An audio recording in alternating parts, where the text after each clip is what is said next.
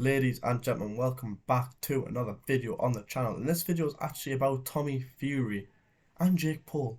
And there's been a lot of them consistently recently, but what the people want to know and what I'm going to tell the people is Jake Paul good enough for Tommy? Or is Tommy just too good enough? And I will tell you my honest opinion on this fight. I believe that Tommy Fury is too good for Jake Paul, and this is too much of a task for Jake Paul where he is at in his boxing career right now. And I could be proved wrong so bad in 23 days' time.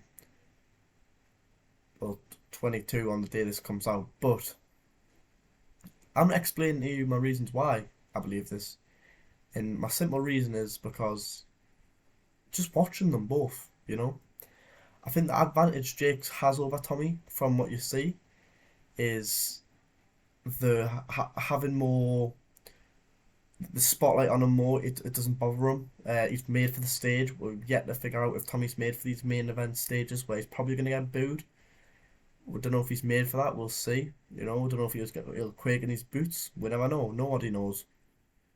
Or maybe you could see the power on Jake Paul, but I think Tommy could do what Jake's done to every single one of his opponents, but quicker, to be honest with you.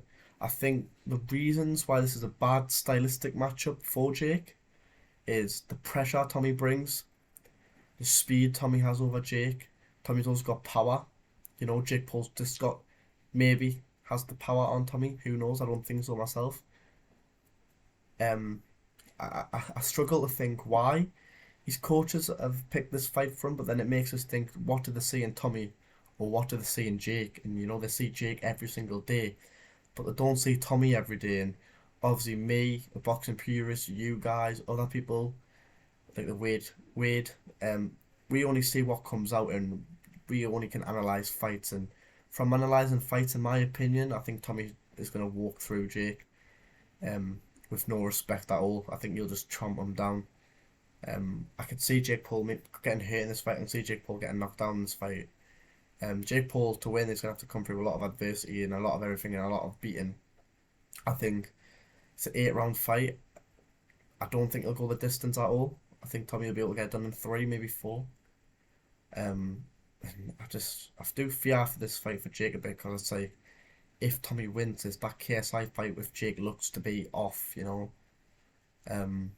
and there's a rematch clause in it. So if Jake Paul triggers that rematch with Tommy, then that KSI fighting ain't happening until 2024, and it'll be like mid year.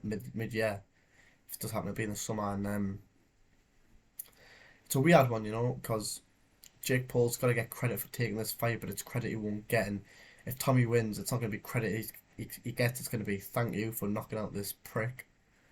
And I don't mind Jake, so I'm not calling him a prick. It's what the people say.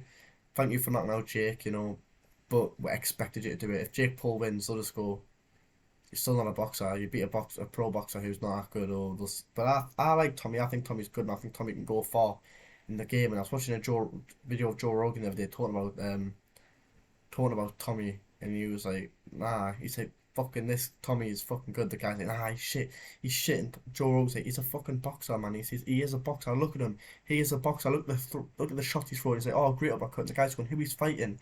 And then Joe's like, he's fighting what he gets put in front of him, and look what he's doing. He's showing good boxing ability, and people have got this thing now where they have to jump on the I've got to jump on the fuck Tommy Fury bandwagon, Tommy Fury shit bandwagon. And I don't know if it's because he's nothing like Tyson Fury, because Tyson Fury's a one-off, or I don't know what it is, but there's some sort of negativity to Tommy Fury, and I don't like it personally myself, because I think Tommy's a great man.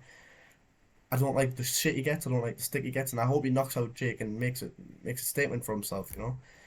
To stop get him out this loophole that he's not good enough. Because as soon as Tommy beats Jake, and if the rematch gets triggered or not, who knows? As soon as Tommy wins that fight, then he'll go back to pro boxing, and he'll step up the opponents. He's still got to come. You don't go to people like Adam Azim, step up opponents now, step them up.